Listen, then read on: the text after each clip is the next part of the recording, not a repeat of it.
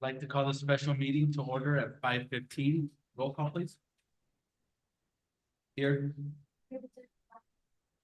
Present. Present. Here. Present. Present. Present. Present. Present. Here. Thank you.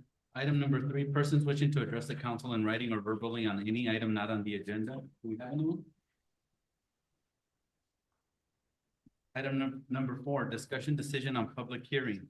4A, the purpose of the public hearing is to allow public participation regarding the annexation of 67 parcels located in the southeastern portion of the Sunnyside Fire District.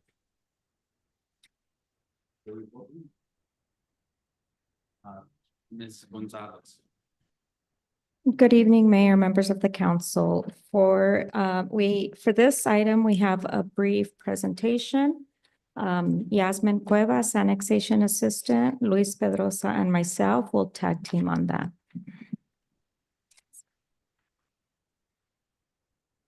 Good afternoon. Thank you for having me today. My name is Yasmin Cuevas. I am the annexation assistant. I'm here to present the annexation of the 67 parcel southeastern portion of Sunnyside Fire District area into the city of Douglas. Annexation presents a unique opportunity for both the community and the city, and I'd like to walk through the benefits and address any concerns you may have.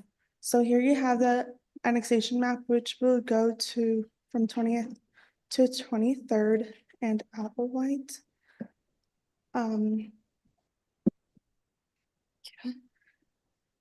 So some of the goals for annexation is obviously to expand the city boundaries. With this, we will improve city services to the residents, such as fire, police, sewer, and garbage collection. This also provides municipal services for all of these, like I just said. It fosters economic development. This helping the city's planning expansion for future developments and makes us a stronger and more connected community. I will have Luis help me with this slide. Thank you, Yamilet. This is a quick financial analysis overview of the impact that is forecasted as a result of the annexation of those properties. We're looking at over a 10-year outlook of increases in revenue. It's about 834,000. This is mainly having to do with an increase in population. We estimate about an increase, and this is just an estimate based on the households and the average home size of 2.5 persons in the household. Of approximately, we lost the presentation. Okay.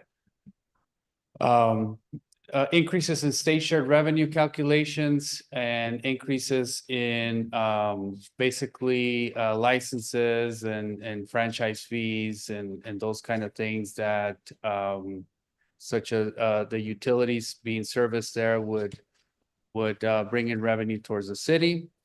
We also would bring in revenue from the enterprise funds, the sewer, water, and sanitation. I can speak into the microphone directly. Is that better? Sorry about that. So increases in revenue in the enterprise funds, specifically the sewer fund, once connected to sewer, obviously there'd be those monthly fees. Water would actually be a decrease in revenue because once residents would be incorporated into the city limits, their water rates would actually decrease because they would pay in-city rates as opposed to out-of-city limits. You'll see an increase based just on the impact fees, one-time impact fees that new development that would build in that area would incur, and sanitation service. So since garbage service would be provided, obviously that would also be an increase in revenue. We also would have expenses, obviously, in servicing the area for water and for sanitation. Obviously, there's a cost of doing business there. So overall, over a 10-year basically outlook, it's about a $1.1 million net income that we could receive as a result of the annexation. Just want to mention that as a result, also the residents would see less property taxes on their bill due to they're currently part of the Sunnyside District. Once we would annex them, they would be part of our fire service. Therefore, our property tax rate would be basically 2/3 less than what they're paying right now. As mentioned, the sewer and the water rates would also come down because they would be paying in city rates. So go ahead and move on to the next slide and hand it over to Xenia. Okay, and I will share with you the annexation timeline. We did file our blank petition at the Cochise County Recorder's Office on January 21st that tells them that we are intending to annex these 67 parcels into the city of Douglas. We also published a public notice in the Sierra Vista Herald and had to republish on February 5th to make a date correction. Letters were mailed out to all of the property owners within that area on February 6th.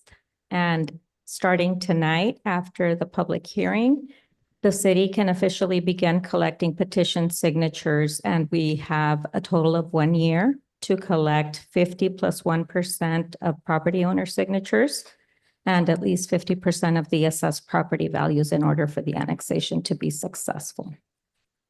And we will entertain any questions that you may have at this time.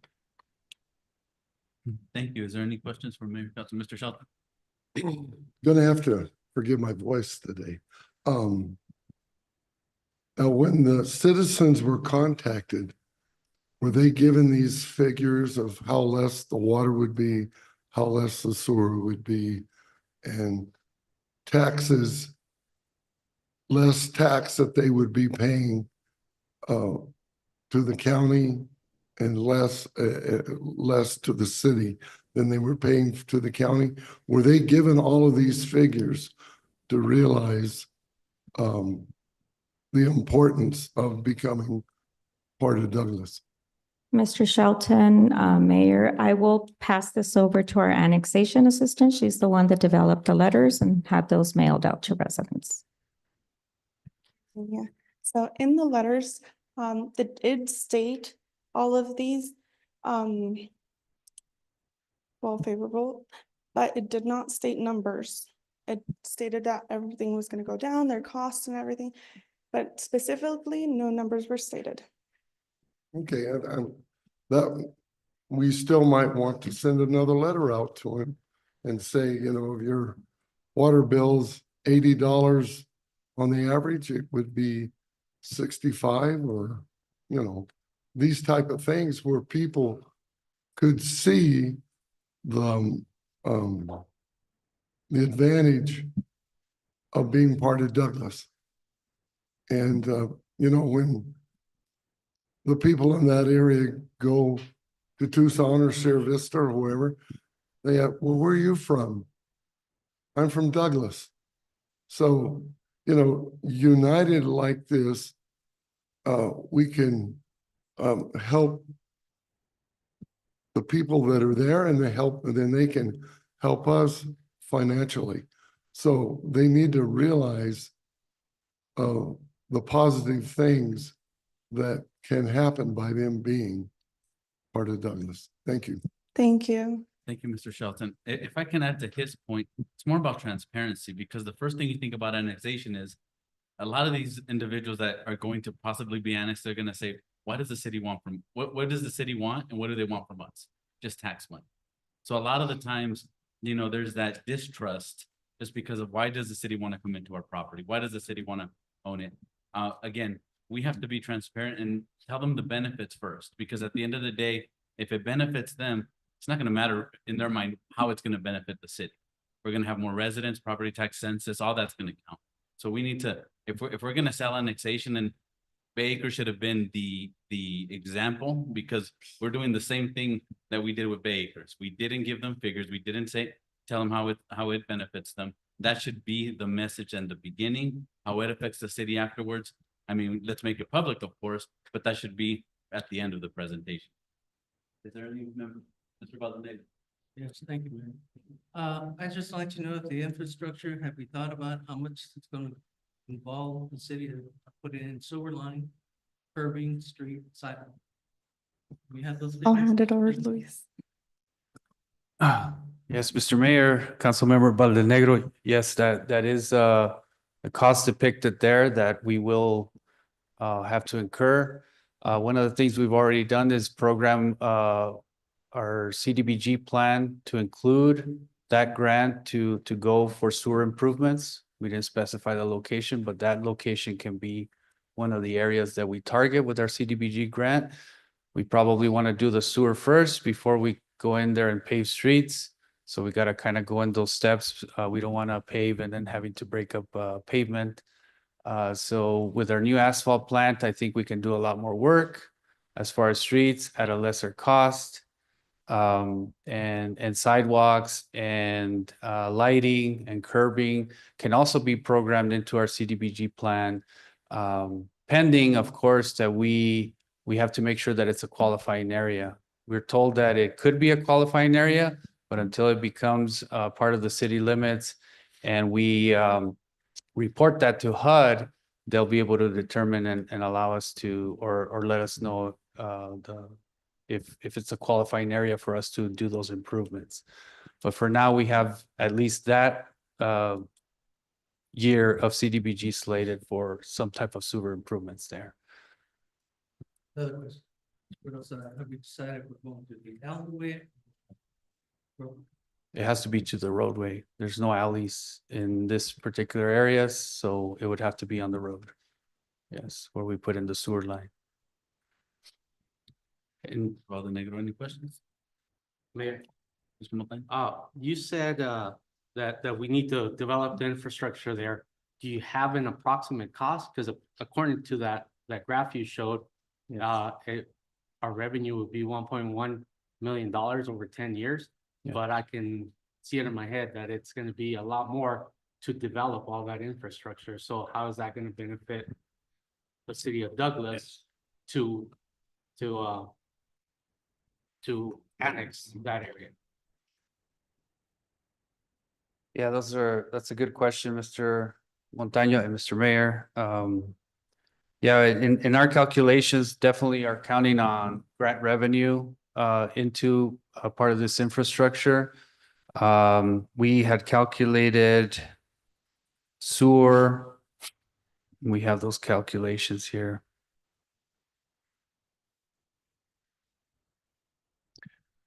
We're talking about around $40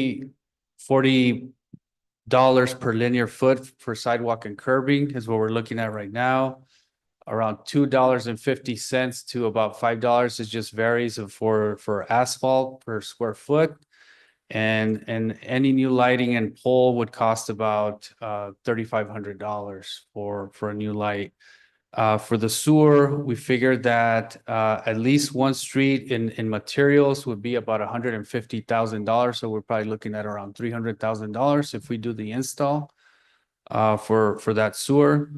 And as far as the sanitation, I think that's just the cost of the cans is about $90 each to incur that initial cost for a can. But you don't have the figures as how much asphalt needs to be covered, how much paving, how much sidewalks. Because I mean, a square foot, not knowing how much square footage of asphalt we're gonna need, that doesn't really give us a picture. Right. And you can get those numbers later, I mean. Yeah, we can get those numbers for sure. We know that one of the streets is already, I think most of it is paved. I think it's 23rd. You need to That's put sewer, paved. so you need to. Yeah, tear we it down. will need to make some cuts in that, absolutely, yeah. And then we would, but definitely 20th Street is completely unpaved. We also, another part of this is we need to acquire some right-of-way or request right-of-way acquisition from the property owners because some of those properties actually go into the street. So There's definitely gonna be, have to be some coordination with the property owners to potentially give up that right of way to build out that street. It's not in all areas, it's just in some areas along 20th Street towards the east side that we are looking at, so definitely some coordination with them to be able to do that. And just to answer or to provide more information about the mayor's comments, basically, a lower water bill from your base fee would lower $4 a month. And for sewer, it would be $18 less per month. That you would pay the difference between in city limits versus outside of city limits. So that's just the ballpark, because consumption is also a lesser amount. And it depends on how much water you consume. In Luis, I think the only thing I would add would be, before council will ever vote on the annexation, if we get the appropriate signatures, the town will file an annexation plan that explains the costs and how many people are coming in and how the city, is prepared to service the area. Thank you, Dennis. Cardoza? Yeah, I'm so sorry, Mayor. We did do some rough calculations for the streets. If we were to do 2 streets with a contractor, not with us doing the work, which could potentially be less, we'd be looking at about $400,000 with a contractor Per street? for both streets. Yeah, full streets. So we can definitely reduce that cost if we do the work. Mayor, I just have one concern that I want to voice now. I just don't, if we're gonna start expanding, I think we need to kind of tie up all the loose ends around town. For example, if we're planning on putting sewer lines out there, there's areas here in town, west of Airport, 8th and 9th, that don't have sewer, and they want that. So I want to make sure that what we have now is not put on the back burner so that we can go annex something else, and the residents now are being taken care of. It's just a comment for everybody to consider in the future. Thank you. Thank you. Thank you, Luis. Any other questions? Mayor, Yes, Mrs. Acosta. just one other thing, and I know that this is really just outside of the city's purview, but I believe that there might be also some cost benefit for property insurance, being that now they would be, part of the fire department rather than a volunteer. So could be, another incentive for those residents. Thank you. That's correct. Thank you for that. Ms. Acosta, Mr. Mayor. I yeah. also had one quick question. What about the grandfathering in? Because I'm sure there's residents here that might be concerned about that. Will they be grandfathered in when that annexation occurs, if it occurs? Mr. Mayor, yes, they would be grandfathered in with the buildings, the structures, everything that exists there would be grandfathered in. Moving forward after annexation, obviously our rules would move forward. I believe for those homes that have livestock, those livestock would be grandfathered in as well. But no new livestock would be allowed from the point of annexation moving forward. As you know, we now actually can allow 6 chickens, but chickens are a little bit different, but 6 chickens are allowed within the city limits. But if we were talking about potentially horses or cows or burros or anything like that, I'm not sure if there's any in this particular area. They would be grandfathered in, but no new ones would be allowed per our codes right now. Thank you. Any comments from the audience on this item 4A? Mayor, Yeah, Mr. Shelton. also too, after their houses have been improved, the streets and so forth, that's going to raise the value of their property also. That's something to look at. Thank you, Mr. Thank Shelton.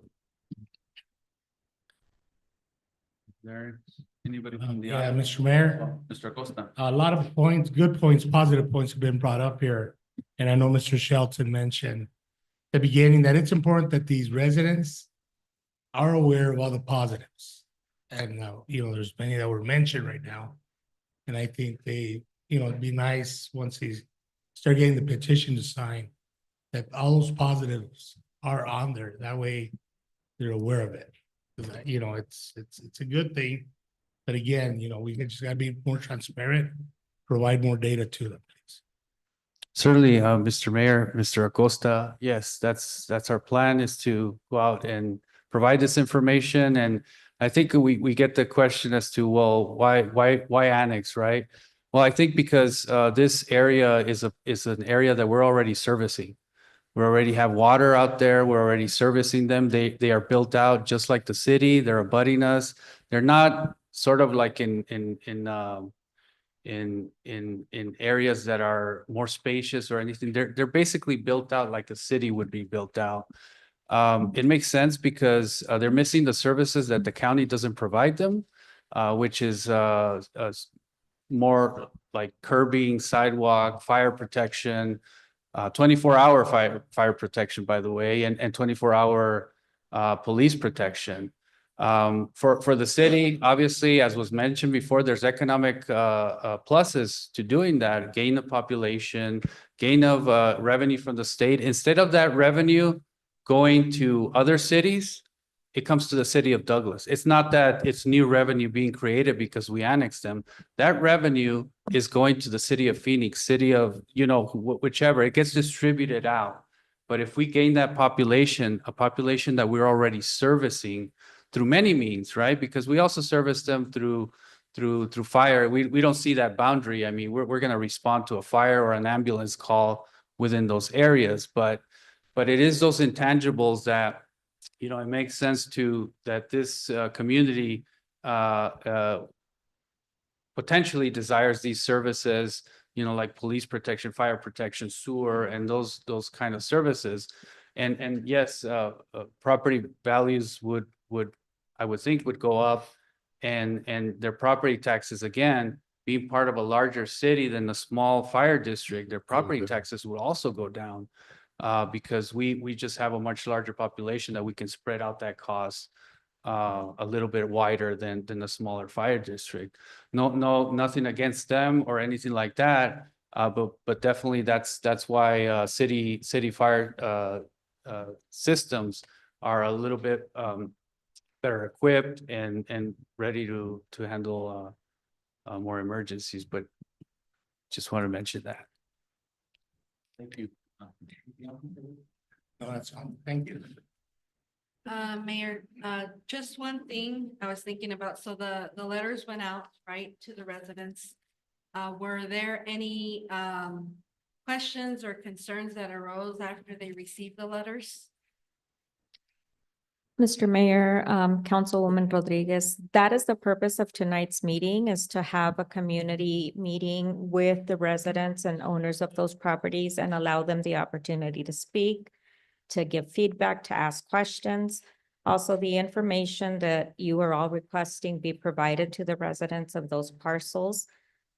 When we did the last annexation attempt, a lot of that was done during our boots on the ground efforts, door knocking, telling people why this was beneficial to them.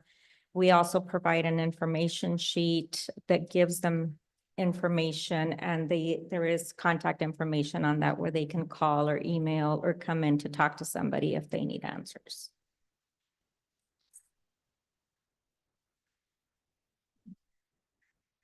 Hi, so yes, we did send out surveys also, and I did get a lot of positive feedback.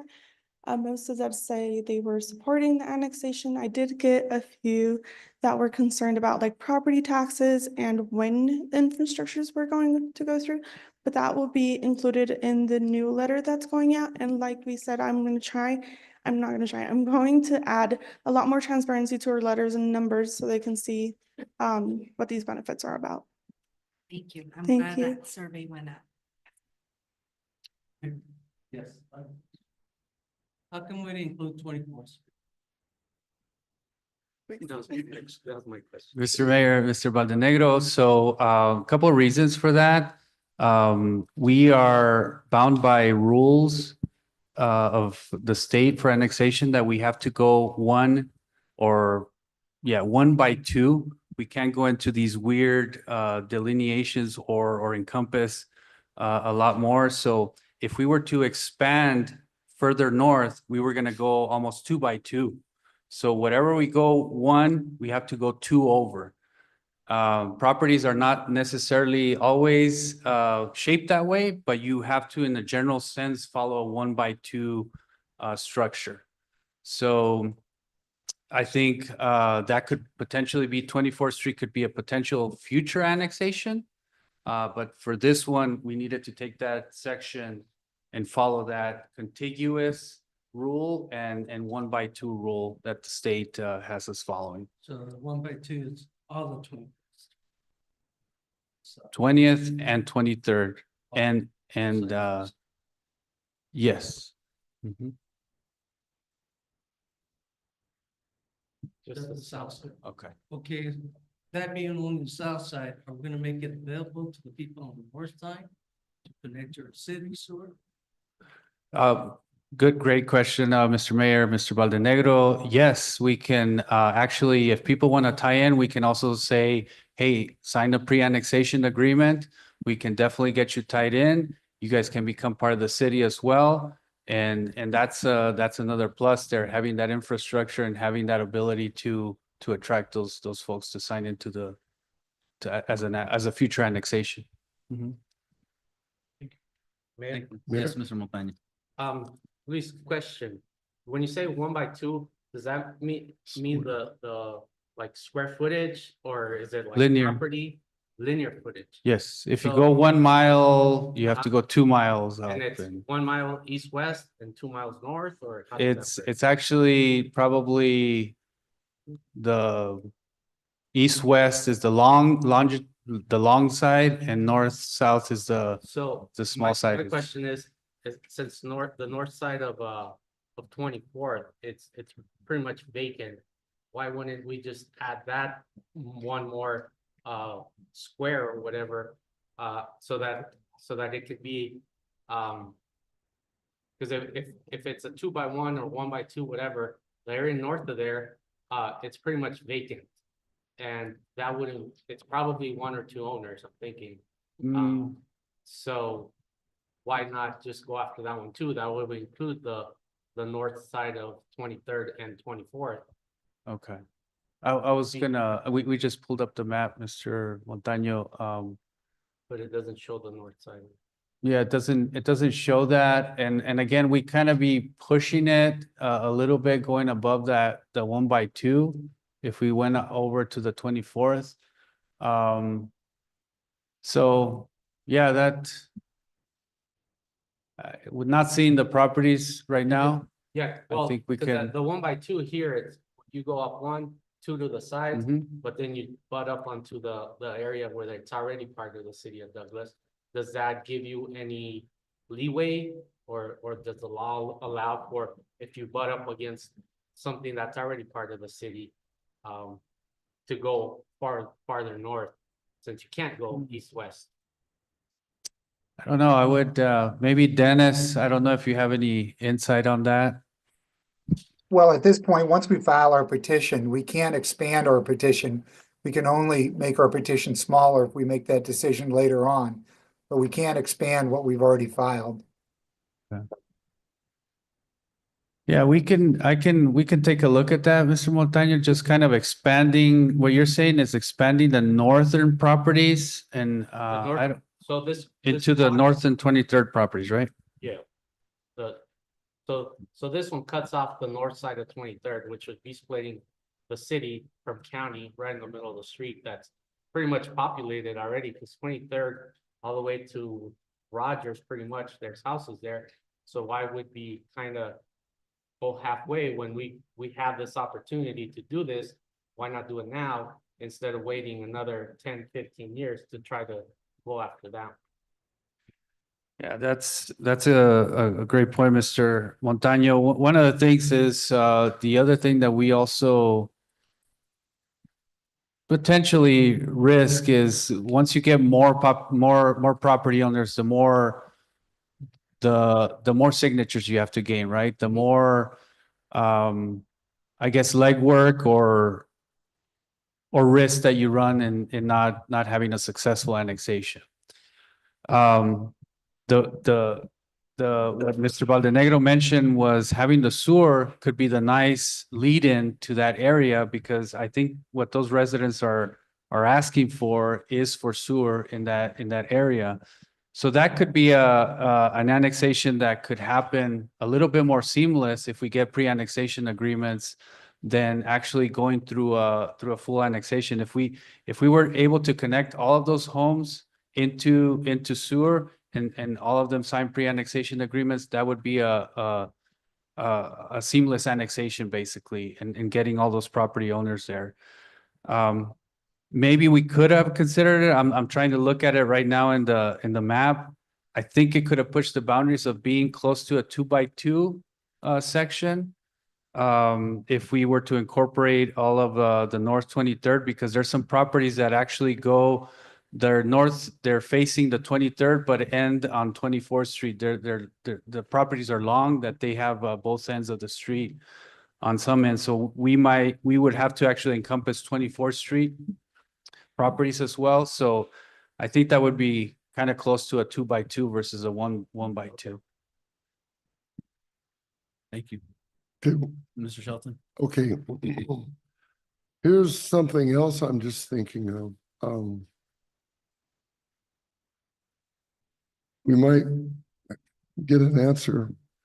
When there's something out there in these areas and there's a domestic violence or there's a car wreck or there's something, who is usually the first people there? Is it the sheriff or is it the Douglas Police?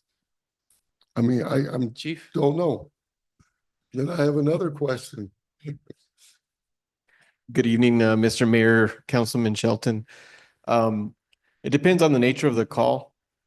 The sheriff's office typically does not have 24-hour coverage on a given day in the areas surrounding Douglas. They do have deputies that are on call and available for response. So if it's a crime in progress, especially something like a domestic violence, like you said, then they will make a request to us to dispatch officers to that scene while the deputy is being called out to respond. In some circumstances, we've taken the investigation and handled it. In other cases, we've maintained the peace until they get there. Sheriff gets there.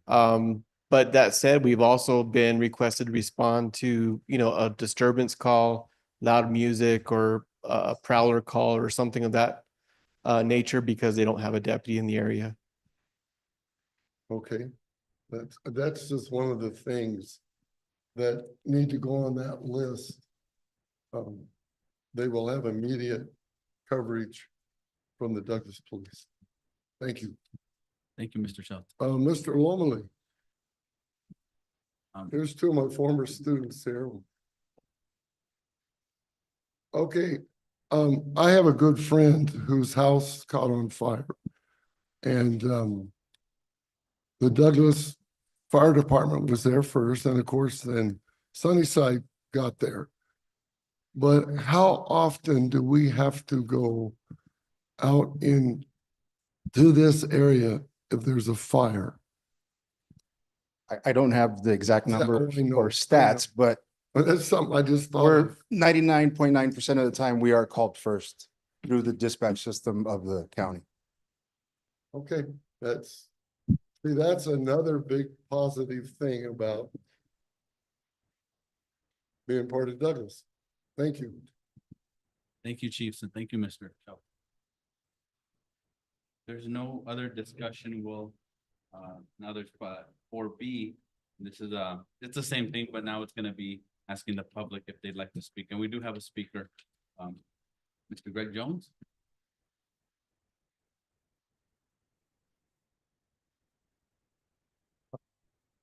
I probably have more questions than 3 minutes is gonna allow. This is a public hearing, sir, so take your time. Thank you. I live on 23rd Street also, outside the annexation. I was able to get wind of this because of the posting. Because of the posting at one of the corners. And you probably answered the question. It didn't make a lot of sense to me to divide our neighborhood down the middle of the street. It doesn't make sense. A lot of people are wondering about fire water. Fire department's gonna be theirs. There's no hydrants. I don't know about anyone else, but it's impossible to see these slides, and I didn't see any available in paper, you know, as far as the information you were providing.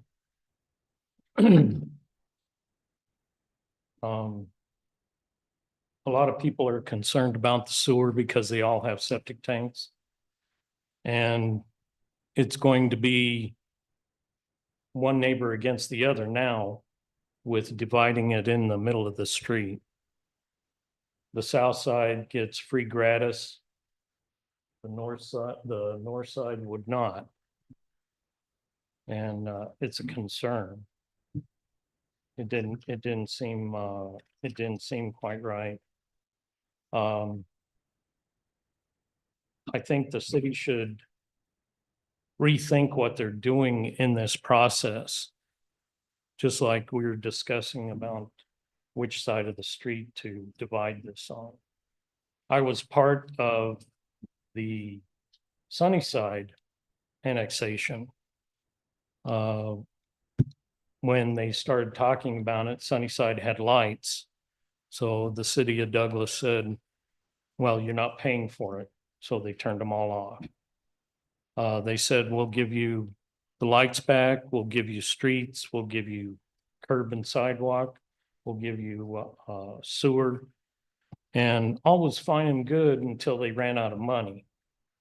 They didn't complete the curbs and sidewalks, and now they make it the responsibility of the homeowners in the area.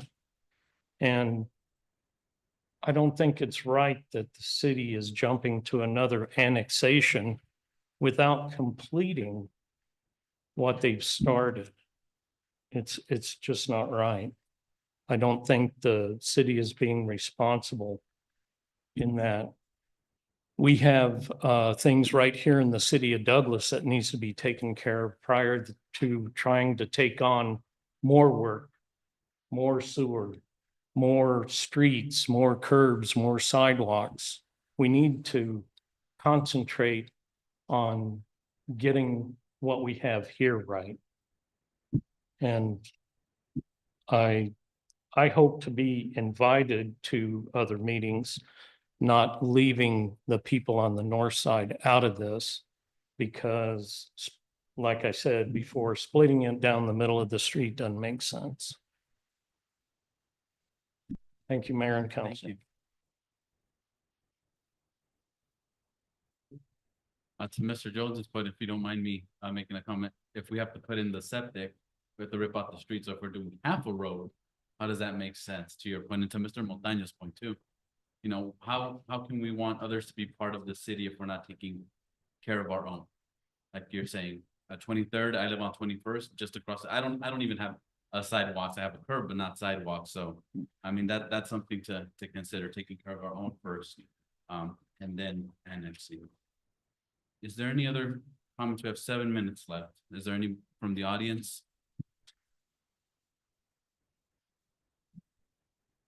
And also, Mr. Jones was asking about the presentation. When we go out and send, you know, the new letters, we should put everything that we're showing here, we should show them in those presentations and in those letters too. Any other comments, questions? We'll give it 1 more minute.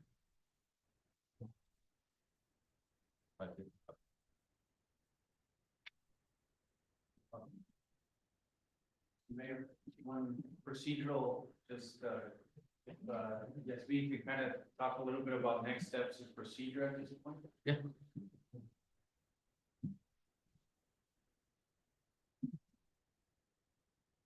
Mr. Mayor, so after this, again, is a public hearing, we wanted to seek input from the public and from you guys, and we appreciate everybody being here. So after this meeting, we are able to start collecting signatures, and if people are interested, we are able to do it right after this meeting, and I'll be in the hallway if they need any answers, any questions answered. The PowerPoint is also on our website. If anybody needs help, it's on there. Blink petitions are on there. Pros and cons are on there. Everything is on our website. And again, all my information is on the website if anybody needs any other help with that. Thank you.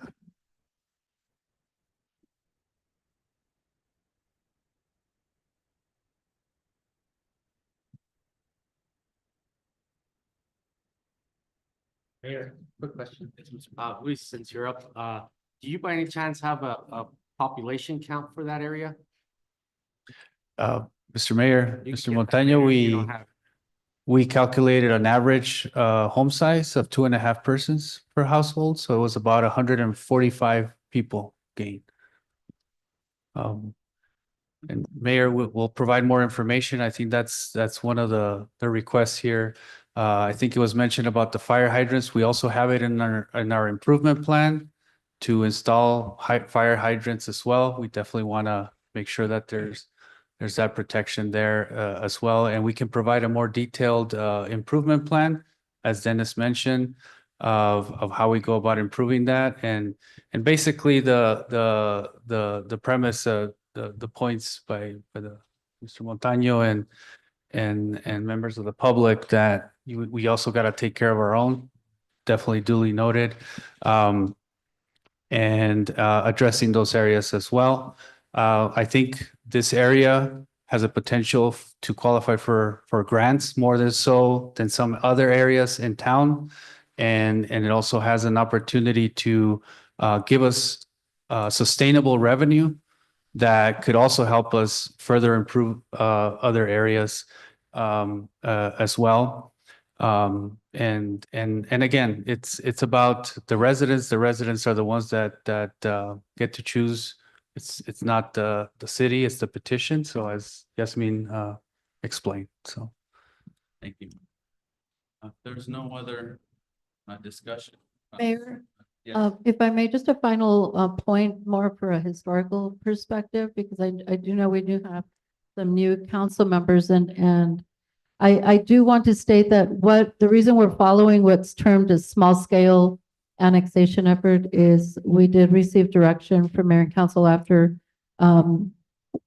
23 to follow what had been termed as a staggered annexation plan as part of our overall vision and policy priority of annexation. So as from a lens of growth over time, over the next 10 years, there was a staggered annexation plan that not only extended into Bay Acres, but after we didn't reach that goal and ran out of time prior to that staggered plan, the attempt was to take a smaller scale because we had during that opportunity many residents that wanted and signed in support of that. So we're going to take a smaller approach to some of these, so that may answer some of the questions on the contiguous, why only go to a certain point.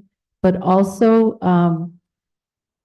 absolutely all points well taken. We have to take care of all of the areas that in the city may not meet all of these.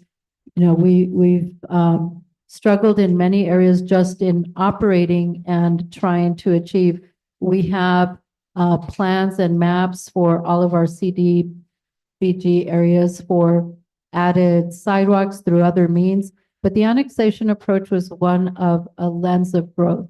And because we do see opportunities for the city, that's why mayor and council established 6 policy priorities over time. We do have things coming to the community. We do have new opportunities.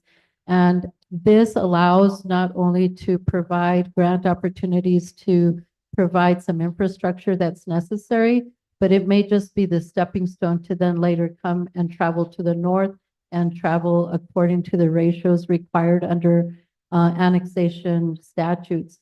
What this does is create just a starting point As staff stated, there are absolutely plans to get out and provide all of the numbers and all of the benefits. We simply put out a first letter to say, come in and get some more information.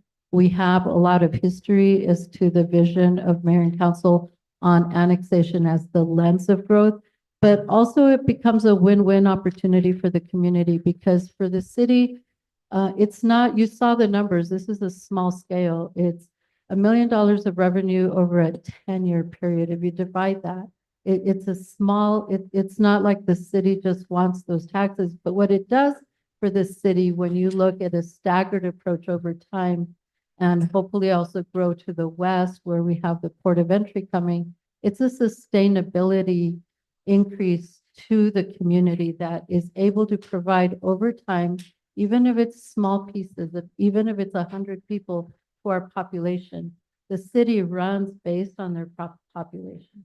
So all of these numbers in our population are already being served by the city and are already community members that also enjoy our parks, that also enjoy our streets, that also will enjoy the improvements to downtown revitalization. So all of these policy priorities overlap each other and they become a benefit for all of us as a community, both within city limits, expanded city limits, and regional. So it's really a holistic approach also that I just want to make sure we put on record that we are attempting to do this for many reasons. Ideally, we should take care of other things, and we are trying to do that alongside some of these efforts for the future. So I just want to make sure we give that as a little background as to why we've been working on it. Thank you. Before we end the meeting, we did mention that this was the vision of Mayor and Council in 2023. Respectfully, we have new council members. We have a new mayor. I think we need to be revising these type of directions every time there's somebody new coming in because like a year, 2 years is a long time. Something might change. If there's no other discussion, item number 5, adjournment. Do I have a motion to adjourn? There's Mayor, there's a gentleman with a. Could I ask one more follow-up question? Yes, sir. And then we could have if we don't have the answer tonight, we'll have it in the other meetings. This is just beginning of the process. For the infrastructure that's planned for this area, sewer, curb, sidewalk, lighting, fire hydrants, all of this, has the design and engineering been completed for this? See, I think we're kind of putting the cart before the horse here. We need to have a layout of what we are going to give the public and have a firm design and know what it's going to cost the city to complete that before you go out there and say, oh, hey, yeah, by the way, we're going to have this. And then be in the same situation we were before, that you run out of money and don't have the funds to complete it. We need to be assured that we can have these facilities if we're signing up to be a part of the city. Thank you. Good point. Thank you, Mr. Jones. If there's no other discussion, item number 5, adjournment. Do I have a motion to adjourn? I make a motion, we adjourn. Do I have a second? Second. Motion by Mr. Shelton, second by Councilmember Dania Costa. All in favor, say aye. Aye. Aye. Any nays? Ayes have it at 6:03. Before.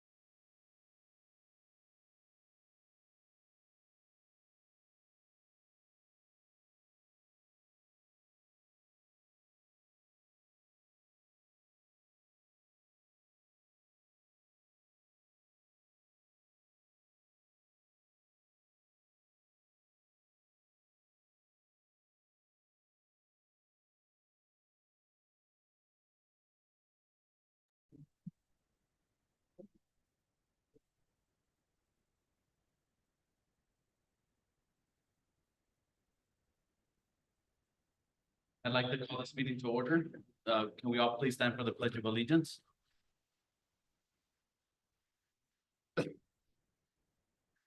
I pledge allegiance to the flag of the United States of America and to the republic for which it stands, one nation under God, indivisible, with liberty and justice for all. Can we please still stay standing for the invocation by Pastor P. Cordova from First Assembly of God Church?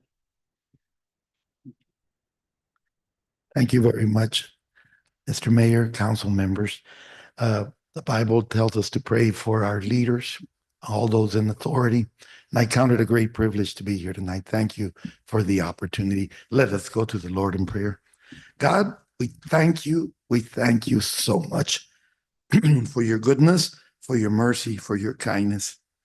Lord, I come before you this evening and I pray for our city servants, Lord, those that serve us, our mayor, our council members.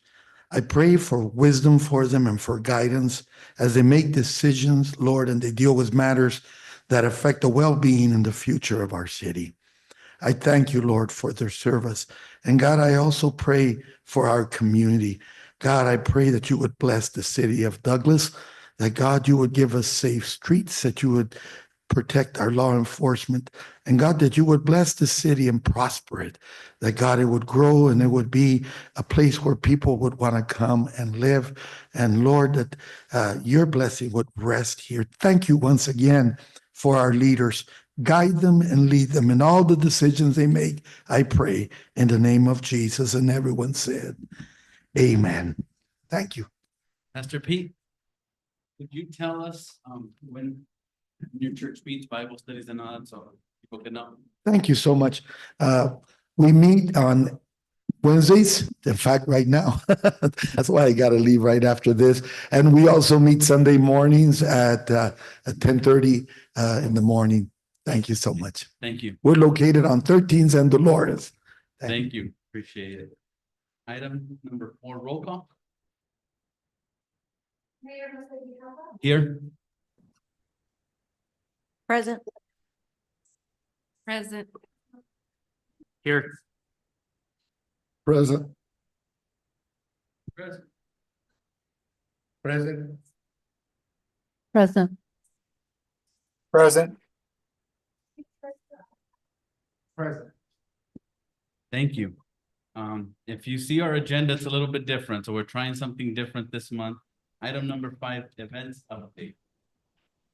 Yes, Mayor, members of the council, we're very happy to share this new idea by Mayor Grijalva, where our event staff actually put a video and sound clip together for the events, and we're doing that at the beginning of the meeting.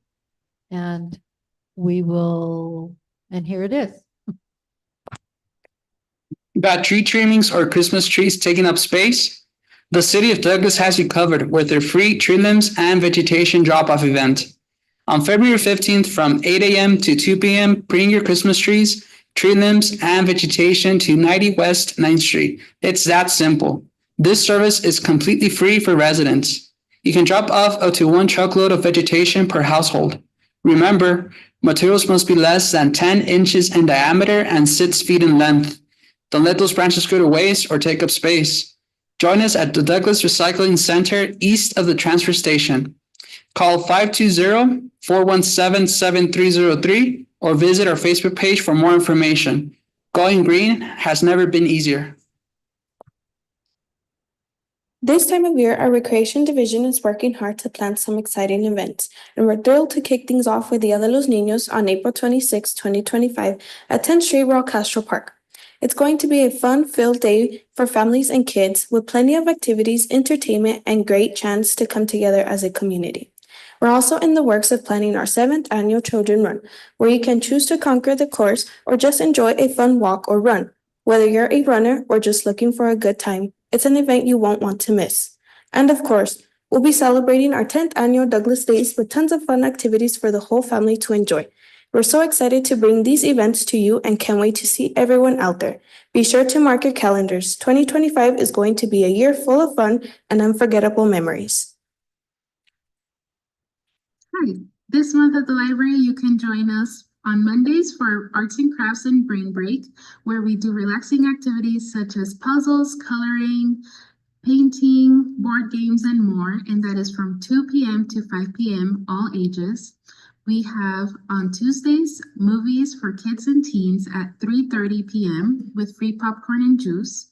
On Wednesday, we have our STEAM Club at 3 p.m. for kids, and that is when we do crafts, painting, recipes, STEM kits, science experiments, and more. On Thursdays, we have our story time for the little ones at 11 a.m. And tomorrow is our special Valentine's Day story time with treats for all the kids. Later this month, on the 25th, we have our chess club, which comes the 2nd and 4th of every month, and that is at 3:30 p.m. No skill needed to come, and we have all the materials provided.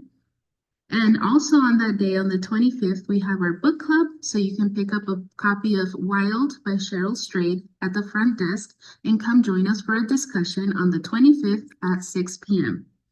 On the 26th, we have our Thinking Money for Kids program, where we teach kids about financial literacy, and that will be at 3 p.m. This month is Library Lovers Month, so we hope that you stop by and show the library some love. Bye. So that is our very first attempt at your new report by our staff. They're very excited to continue to improve them and work through them now that they have a little more time for the next regular meeting. We will make sure you get the link for this video clip so that you can use within your own areas, and we'll also make sure that it's uploaded to the agenda for that item. Thank you. Thank you. And reason for that is staff does all those events. They should be getting the credit they deserve for doing that for the community. Another change, item number 6, mayor and council updates and or reports. Reason for this is a lot of people tend to be here during the start of the meeting, so we should give our reports or anything that we've done when the public is here. Is there any updates from mayor and council? Mayor? Yes, Mrs. Acosta. First off, I attended the Douglas Public Facility Municipal Property Corporation meeting on January 21st at 5:30. This is at the Douglas Municipal Golf Course.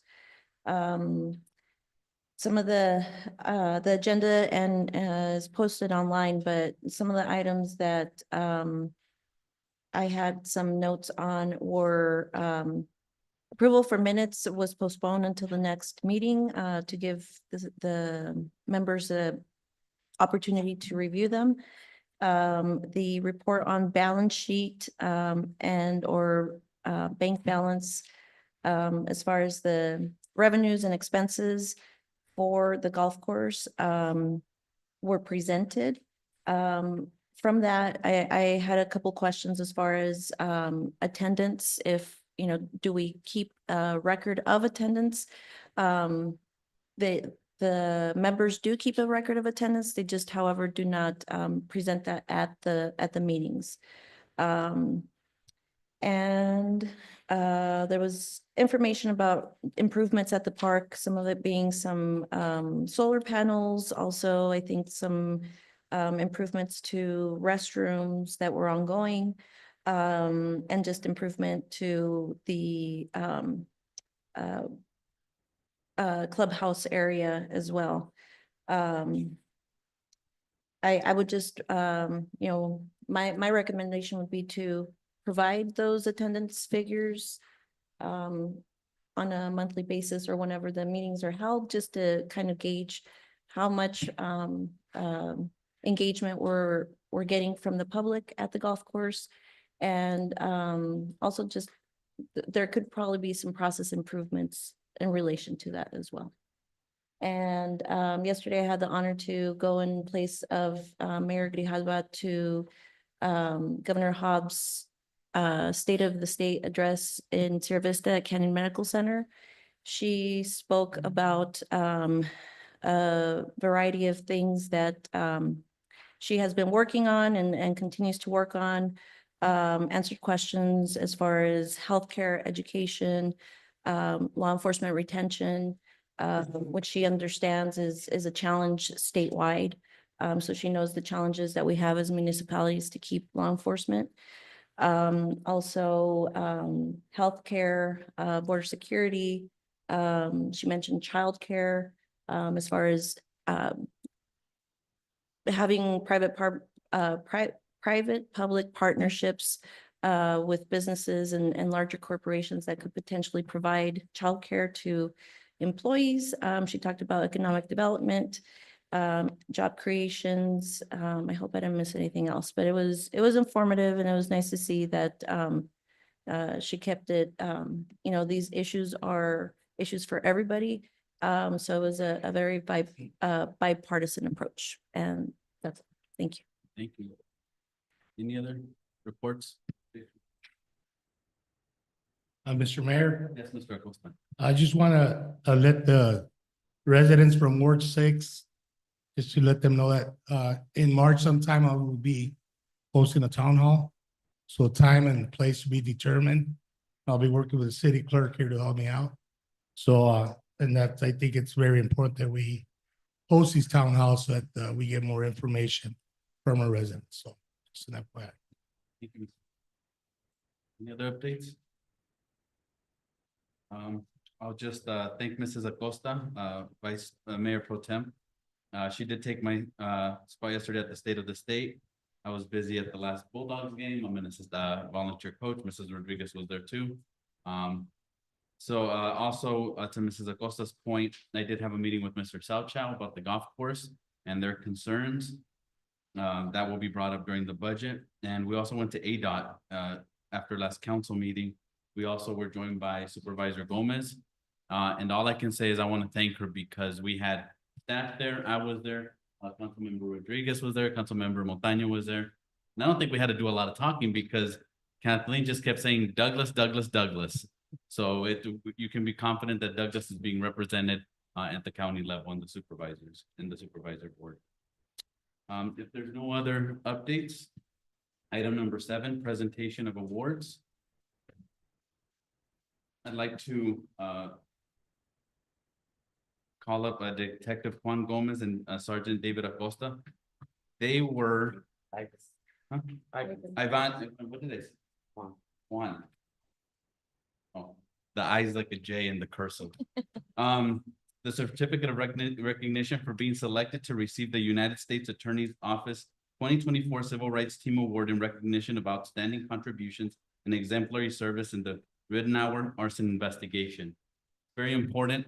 Yes, they get recognized at the federal level, but they're part of our family. We should recognize them even more, and especially we talk about students and we talk about citizens, but also our police, our first responders, firefighters. They're also our ambassadors to our community. They make us look good, and we appreciate everything you do.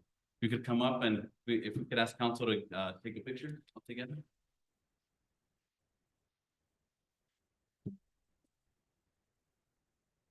You want us to stay up here or down?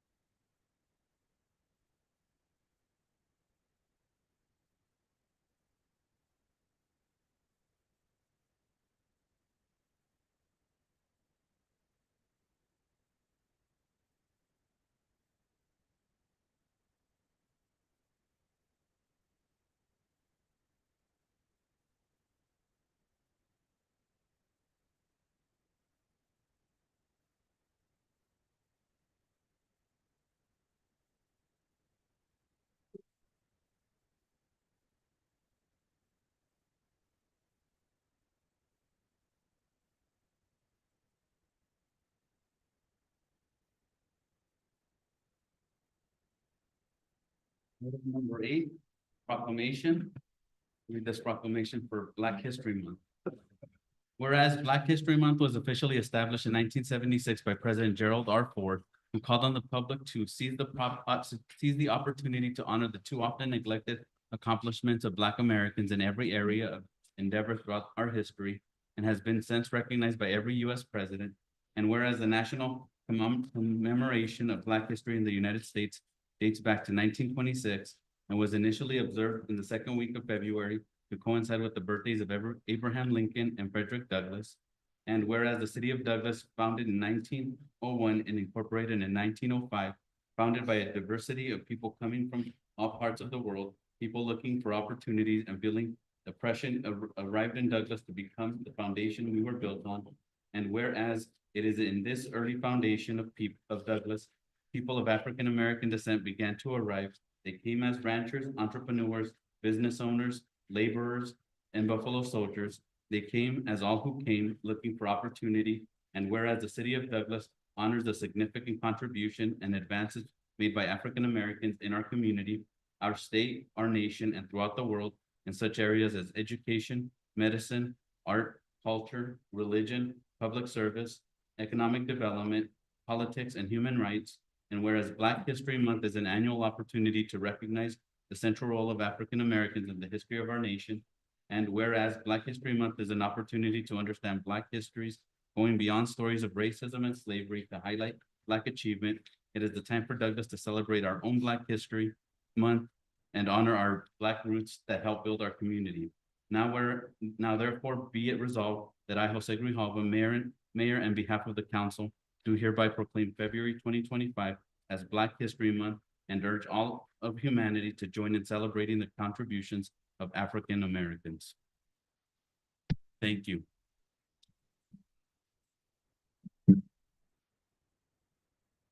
We are very diverse, and Mrs. Pedrego's here. She's told me many stories about the diversity and how different cultures come together. This is why Douglas is a welcoming place, and we can't wait to grow with different people coming in and sharing our culture and our history. Thank you. Item number 9, persons wishing to address the council in writing or verbally on any item not on the agenda. We have one speaker, Mr. Rene Lopez.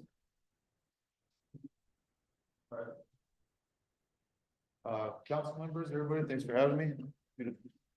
Don't mind, I'm gonna turn this around because I'm gonna be addressing people here. All right, guys, so I just moved back to Douglas about a month ago. I was gone for about 7 years. I was living and working in the Phoenix area. And for the past year or so, I wanted nothing more than to come back, right? I don't know if you guys have ever been gone for any period of time, but you miss this place. Everybody kind of, it's a nice place to be, it's a place I love, right? So part of what took me a little while to get back, I was searching for jobs since April, but I wanted something to, I didn't want to just leave my job over there and come here and work anywhere, right? I wanted to work somewhere that checked a few boxes for me. I wanted something fulfilling, right? And what I found was a place that I've been working for about a month now. It's an organization called CCAMP. I don't know if you guys have had any experience with them. I didn't even know they existed until I started working there, to be honest. But they've apparently been in the community for about 50 years now. And so if you guys have ever gone to or ever seen at St. Vincent de Paul, there's a line of people there like once a month or something, and they're getting help with their utilities, right? That's CCAP, that's the same organization. I work for their weatherization branch, right? So what we do there is we span everywhere from Nogales all the way up to Safford, and we help houses that need, should I say, we help people that need help with their homes, okay? All you got to do to qualify is just, I have the information here. You guys just turn in an application, and you don't have to be like super low income or whatever. What we're worried about is making sure that the home you're in is a home that's comfortable and that's affordable for you. And the way that we do that is, just for example, just today, we did 4 different audits here in Douglas. There was a woman who had a leaky stove, right? She had a gas stove. It's getting replaced tomorrow, no charge, okay? And that's the kind of things we do for people. We concentrate mostly around weatherization, around keeping all that utility money that you're spending on your heating and cooling, we want to keep it inside your house, right? Not just blowing out the windows. So that's the first thing we take care of. Safety is a big thing. Like I said, this woman with the leaky stove, that's getting taken care of. Another person had a water heater that was leaking water. She didn't have water for a whole day. That got took care of this morning too. Anytime we can't do it, we reach out to contractors like Birds Construction and they take care of stuff, right? So things get done fast. Again, this program, it's a great program. It's free of charge. Nobody that has any work done to their house has to do any kind of contracts. You don't have to pay anything back. You don't have to, there's really no, nothing you have to do except apply, qualify, then we show up, okay? So that's about all I wanted to pass on. I got information here if anybody needs, just some pamphlets. I have in Spanish too. ¿Hay alguien aquí que no habla inglés? ¿Todos hablan inglés? Yes? Okay, good. All right, and I think that's it. That's it, guys. Thank you. Thank you, Mr. Lopez, and if you could leave one of those for staff. So we could work with it. Thank you. Item number 10, discussion decision on approval of consent agenda items. Item A, expenditures for the month of January 2025 totaling $2,757,329.17. B, meeting minutes in January 8 and January 29, 2025. And C, MOU with the local coalition to end homeless, LCEH, for participation and voting authority in LCEH meetings. May I have a motion to approve the consent agenda items? Mr. Mayor, Yes, Mr. Acosta. I move that the mayor and council approve the consent agenda items as presented. Do I have a second? Second. Motion by Mr. Richard Acosta, second by Mr. Valdenegro. Is there any discussion? A consent agenda doesn't have room for discussion. If there's anyone that wants to talk about these, we can pull them out. If not, Mayor, yes, Mrs. Acosta. I think that there should be a discussion, at least for informational purposes, on the local coalition to end homelessness. Okay. So we'll If we can pull that, please. pull that for discussion. Dennis, if you don't mind me asking, is it okay if we vote for items A and B and then discuss item C? Mr. Mayor, I think that's fine. So the first motion will just be to approve consent A and B, or do you, Mr. Mayor, you really could answer any of the vice mayor's questions. I know it's on consent. We have a motion for all three. If you want to have that discussion now and then just take the motion that's before the council on all three once she gets her questions answered. Okay. Yes, Mrs. Acosta. I don't have any specific questions to it. I would just like the overview of what this is, just to inform the public, please. Good evening, Mr. Mayor, Mayor Pro Tem Acosta, Council. So as part of the requirements of being a CDBG entitlement community is to address affordable housing and the homelessness crisis. So through the CDBG, they have what they call affirmatively furthering fair housing and homelessness prevention efforts that are required to be part of our annual action plans and consolidation plans for CDBG funds. And we don't have any of those services locally, unfortunately. So what we do need to do is partner with the organizations that offer those services to our community. And that is done through this local coalition to end homelessness. It is run by the Catholic Community Services. It recently transferred back to them. It had previously been administered by the Good Neighbor Alliance out of Sierra Vista, and the types of programs that they offer is rapid relocation, assistance, vouchers to get people off the streets, whether it be through the Red Cross or another program. So they have a lot of these homelessness prevention, or if people get evicted, they have rapid rehousing, transitional so that while they find another place to live. And so by entering into this MOU, it just gives us voting power, voting authority from our community's perspective. I attend these meetings to voice what our community's needs are, and we have been able to get resources provided to our residents on occasion when they encounter unforeseen circumstances. And so this would just formalize the voting power and the representative for the city in participation in these meetings. Great. Just one more question. And if anybody, were to find themselves in this predicament, how can they ask or get help? They could contact Catholic Community Services directly. They could also contact me. I can, my contact information's on the website. They can email me, call me, come and find me at City Hall. And then I would coordinate somebody to talk to them about what services are available to them. Okay, thank you. Thank you, Ms. Gonzalez. There's no other discussion. Roll call, please. Yes. Yes. Yes. Yes. Yes. Yes. Yes, motion passes. Item number 11, discussion decision on approvals. Item A, resolution number 25-1652, a resolution of the mayor and council of the city of Douglas, Cochise County, Arizona, authorizing the city of Douglas to enter into a data access exchange agreement with the Arizona Department of Transportation for purposes of reporting and queuing data in the Arizona Crash Informational System, ACIS. Chief Fullen? Good evening, Mr. Mayor, members of the council. This agreement allows police to complete and submit crash reports, commonly referred to as accident reports, to the state, and also to query the information that is submitted by electronic means. The agreement requires or provides safeguards that must be followed by both parties for the security of the information that is provided or queried. The term of the agreement is 5 years, commencing upon execution by both parties, and may be extended by mutual agreement for 3 5-year extensions through amendment to the original agreement.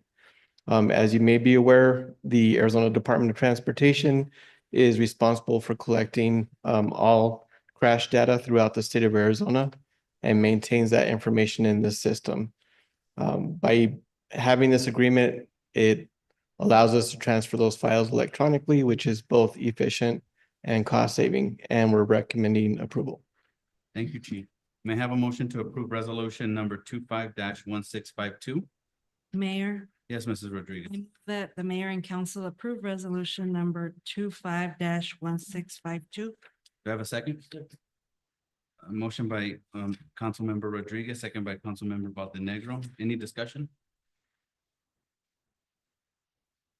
No discussion. Roll call, please. Yes. Yes. Yes. Yes. Yes.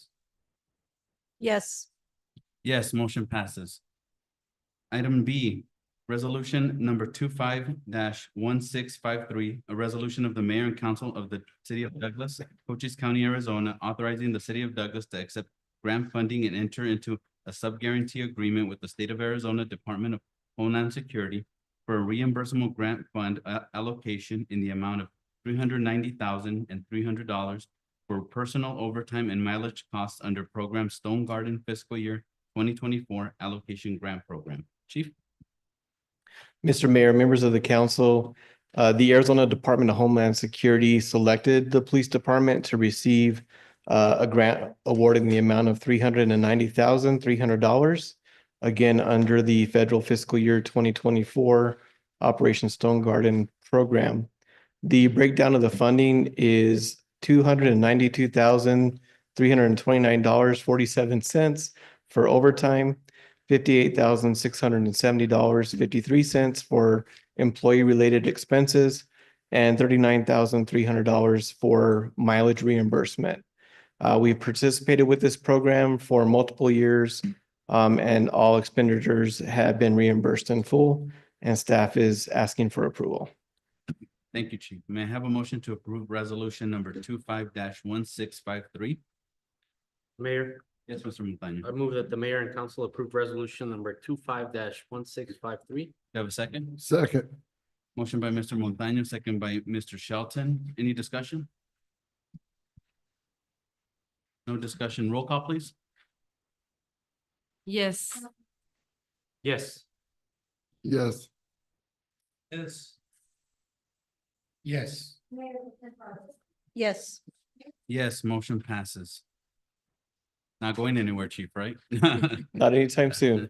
Item C, resolution number 25-1654, a resolution of the mayor and council of the city of Douglas, Cochise County, Arizona, authorizing the city of Douglas to accept grant funding and enter into a sub-grantee agreement with the state of Arizona Department of Homeland Security for a reimbursable grant fund allocation in the amount of $98,693 for equipment under Operation Stone Garden fiscal year 2024 grant program. Chief? Mr. Mayor, members of the council, this was a second solicitation under the same grant cycle, federal fiscal year 2024. Also, again, in support of Operation Stone Garden. The amount of $98,693 was for purchase of a 4x4 capable vehicle, including an emergency equipment outfit, as well as a mobile radio. Again, staff is requesting approval, and just as a side note, Lieutenant Lomeli was the person that submitted both of these grant proposals on behalf of the department. It's to his credit. Thank you, Chief. May I have a motion to approve resolution number 25-1654? Yes, Mr. Baldonado. I move the mayor and council approve resolution number 25-1655. Do I have a second? Second. Motion by Mr. Baldenegro, second by Mrs. Rodriguez. Any discussion? I just wanted to quickly say, a lot of these are grants, so I'm pretty sure in the last few weeks, you know, there was a lot of tension because we do depend on a lot of grants for the city until we grow. So very much appreciated for all your efforts, Chief. If there's no discussion, roll call, please. Yes. Yes. Yes. Yes. Yes. Yes. Yes, motion passes. Item D, resolution number 25-1655, a resolution of the mayor and council of the city of Douglas, Cochise County, Arizona, authorizing the execution of an intergovernmental agreement between the city of Douglas and the Arizona Department of Forestry and Fire Management, DFFM, for wildland fires assistance. Chief Lomeli? Good evening, Mr. Mayor, members of the council. The item before you is a cooperative agreement between the city of Douglas and the Arizona Department of Forestry and Fire Management, also known as DFFM. After being contacted by DFFM and review of the agreement, it has been determined that it is in the Douglas Fire Department's best interest to enter into the agreement. This agreement provides a basis for cooperation between the DFFM and the city of Douglas, which covers all aspects of wildland fire services. This agreement provides a mutual aid compact where either party can enter into one another's jurisdiction to render assistance and share resources during times of wildland fire emergencies. This is what would be the first step in enhancing the city of Douglas's wildland firefighting capabilities and better preparing us for future city growth and fire protection.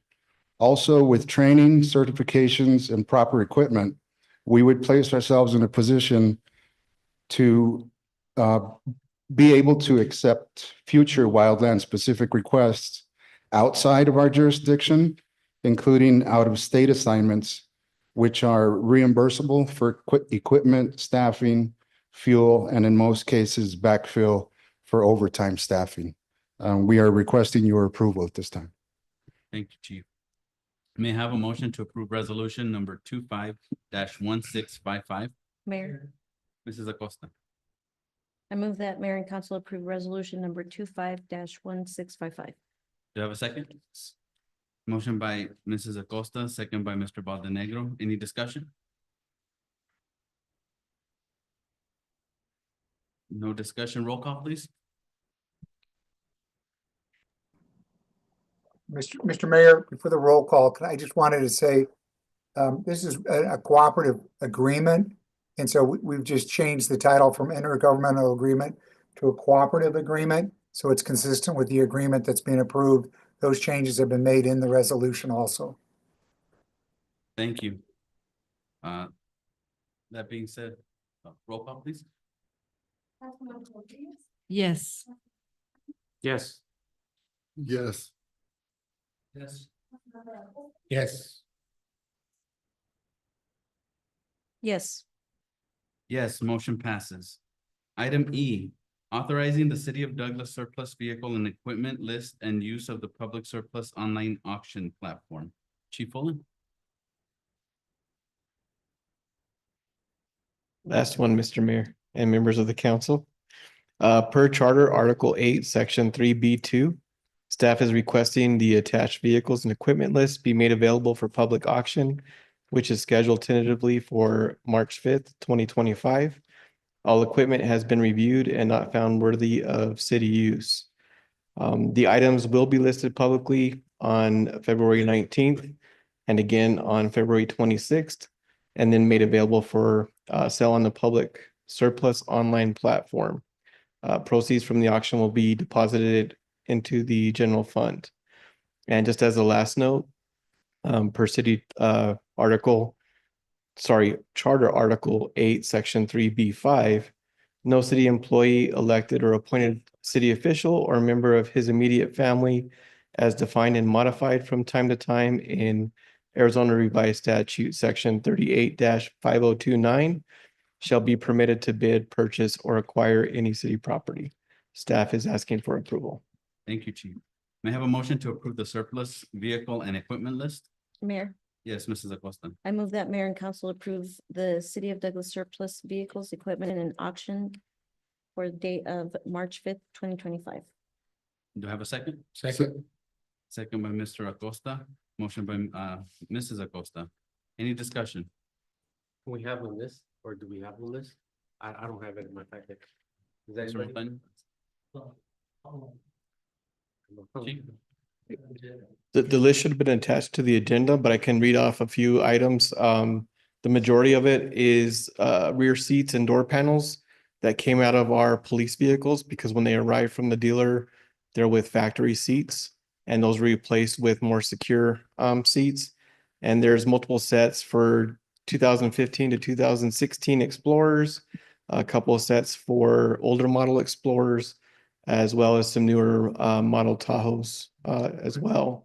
There are 4 vehicles listed, one being a 2001 Grand Caravan Sport, a 2001 Dodge Ram van, a 2002 Ford F-150, a 95 Ford F-150, a pallet of computer monitors, another pallet of computer switches, and the last pallet of miscellaneous computer parts. Thank you, Chief. Mayor, Yes, I also want to add that aside from the list, we also uploaded photos to the item on the agenda online at your request, and that is now there as of this afternoon. thank you, Mrs. Urquijo. Any other discussion? There's no discussion. Roll call, please. Yes. Yes. Yes. Yes. Yes. Yes. Yes, motion passes. Thank you, Chief.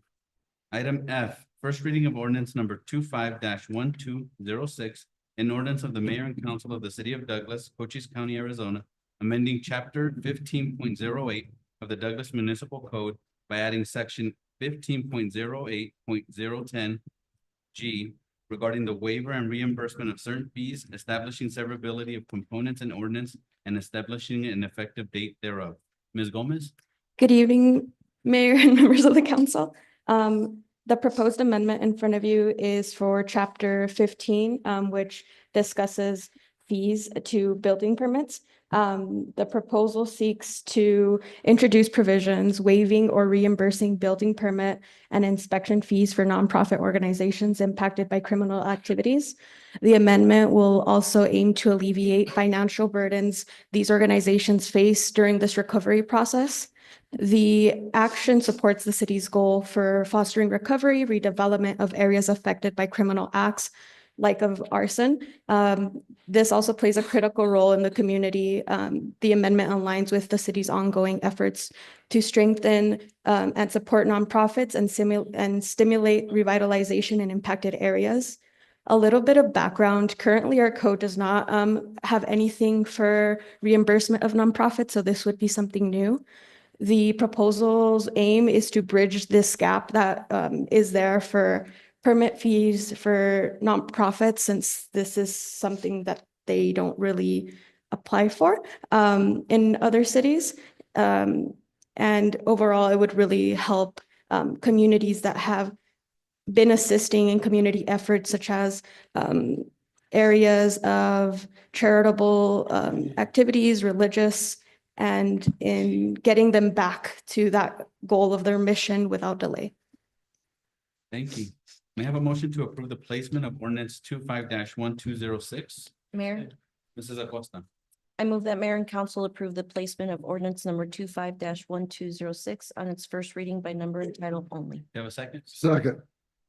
Motion by Mrs. Acosta, second by Mr. Baldenegro. Any discussion? Mayor, Yes, Mrs. Acosta. I would like to thank Councilmember Baldenegro, because I believe he's the one that brought up this to look into the waiving of these fees. And thank you Mr. staff, Baldenegro. for taking the time to get this on the agenda. And hopefully in the churches that are affected by this terrorist attack on the gender. Thank you. Thank you, Mr. Baldenegro. Any other discussion? Roll call, please. Yes. Yes. Yes. Yes. Yes. Yes. Yes, motion passes.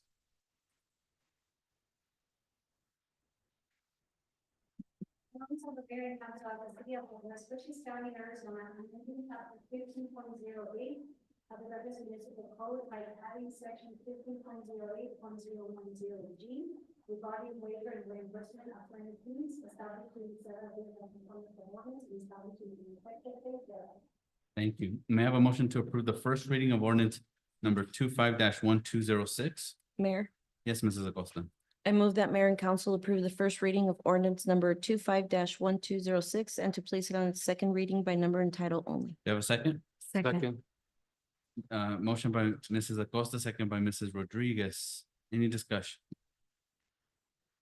One comment. Mr. Shelton. Thank you for bringing this up. Okay, Well, This, I committee is needed for this to happen, yes. so we can start the process of being. Thank you again, Mr. Baldenegro. And I just want to say, this is council, this is the city, this is staff caring about our community. So you want to be a part of our community, we will help you out as much as we can. So like Mr. Baldenegro said, we can start healing after this. If there's no other discussion. Mayor, Yeah, I Mr. have a quick question.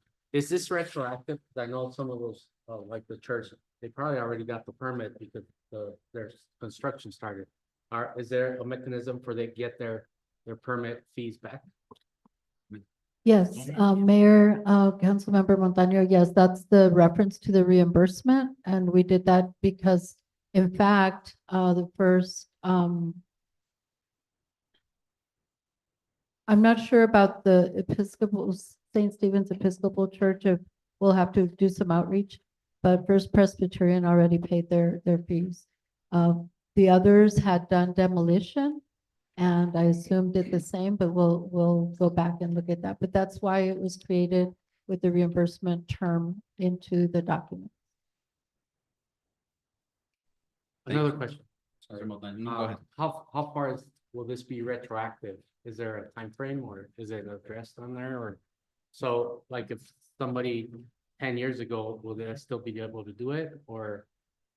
Mayor, Councilmember Montaño, I don't believe we said that, and I would defer to legal to see if that type of ordinance would need to state that, or if there's some type of a statute of limitation that times out for a certain type of situation in this case. Dennis? I don't think this amendment has anything specific, but I would think we could say within the last year of the amendment being approved, if council wants to do something like that. Has it been within the last year or has it been longer? The recent one, the current one that's under reconstruction, it's been within the last year. I think the demolition may have been longer.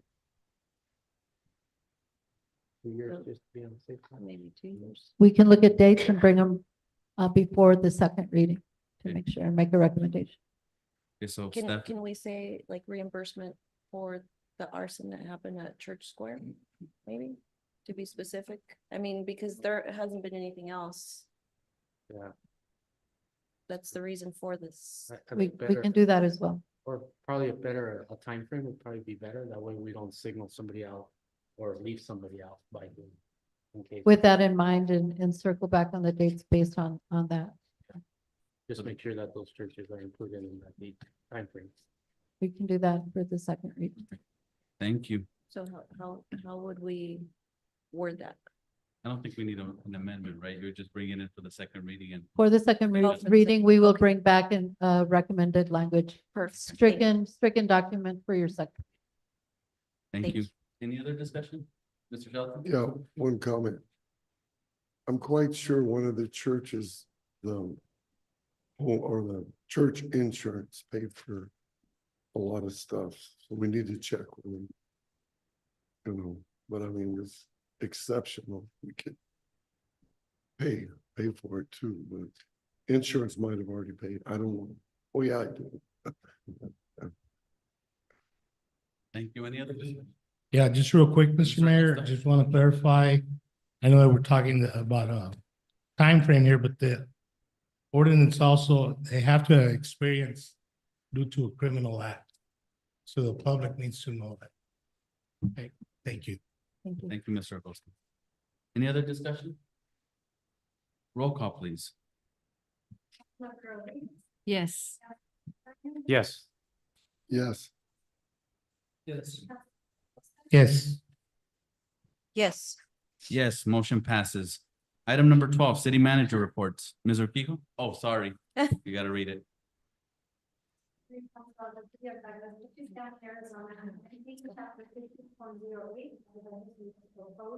By adding section 15.08 regarding the waiver of reimbursement of certain fees, establishing Thank you, Ms. Andrade. Item number 12, city manager reports. Ms. Urquijo? Thank you, Mayor, members of the council. I am adding a section here since we modified and brought in the exciting stuff at the beginning of the meeting. I'm adding policy priority update because we have a very exciting year in 2025. So I'm going to be including updates to all of these types of projects during my city manager report. So I'll try and go quickly. Infrastructure for West Expansion, our phase 1 construction for water and sewer along State Route 80 to Cochise College is expected to begin fall of 2025.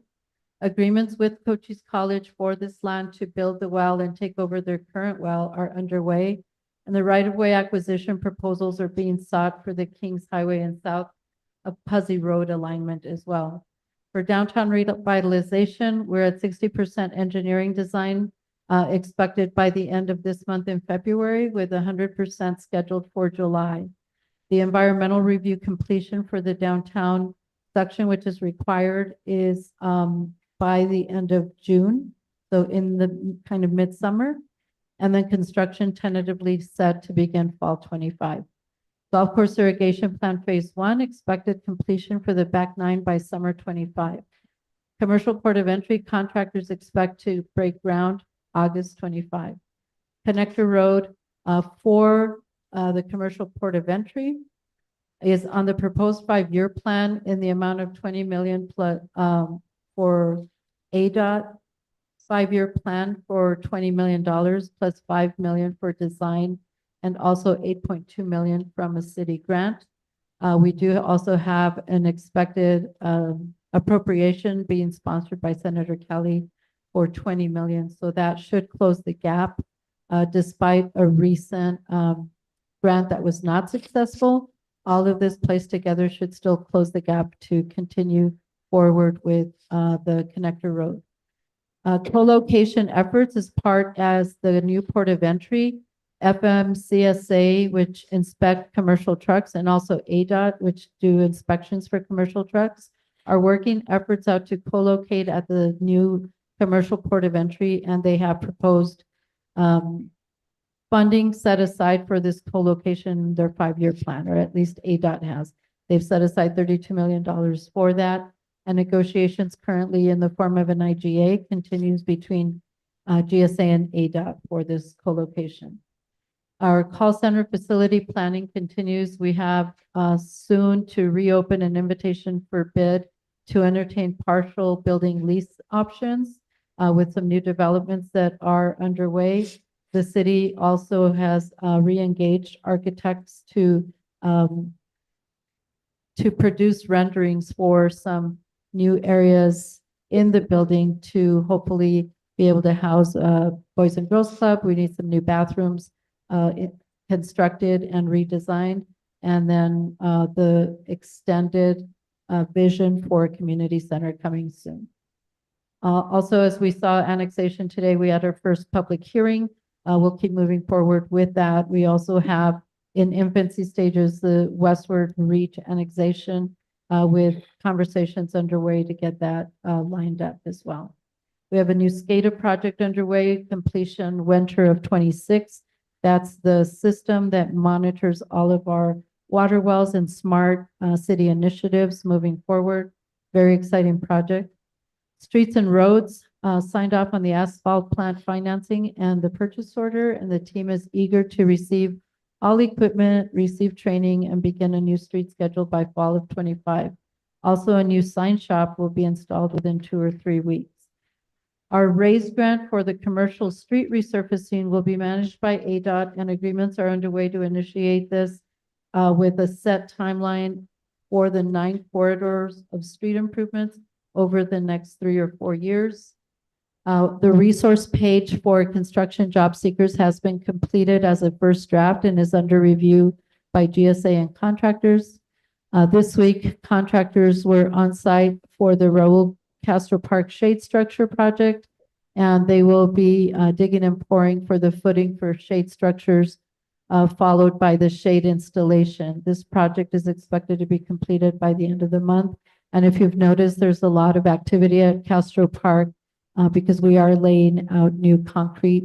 The arches on the corners of the blocks are just down temporarily to accommodate for the concrete work. And the aquatic center project continues to progress. The main pool plaster was finished today, and the pool will begin to be filled today. We have to balance it and do some final facility touches before opening at the beginning of March. And finally, finance continues to work towards your request for an amusement tax reduction. Because of all of the legalities and posting requirements, we are working on that structure to begin the start of the new fiscal year, and you will be getting all of that in your agendas following the requirements by the League of Cities and Towns and following state law. Those are my reports. Thank you. Thank you, Mrs. Urquijo. Item number 13, future agenda item request from mayor and council. Is there any item? No requests. Item 14, adjournment. Do I have a motion to adjourn? Mayor, Yes, Mrs. Acosta. make a motion to adjourn. Do you have a second? Second. Motion by Vice Mayor Acosta, second by Mr. Montaño. All in favor, say aye. Aye. Aye. Any nays? Ayes have it, and we adjourn at 7:03 PM.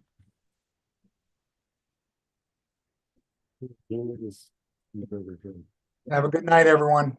Thank you, Dennis. Yeah. Good night. Good night.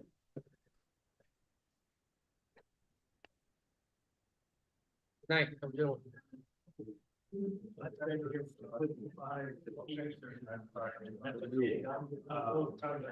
So.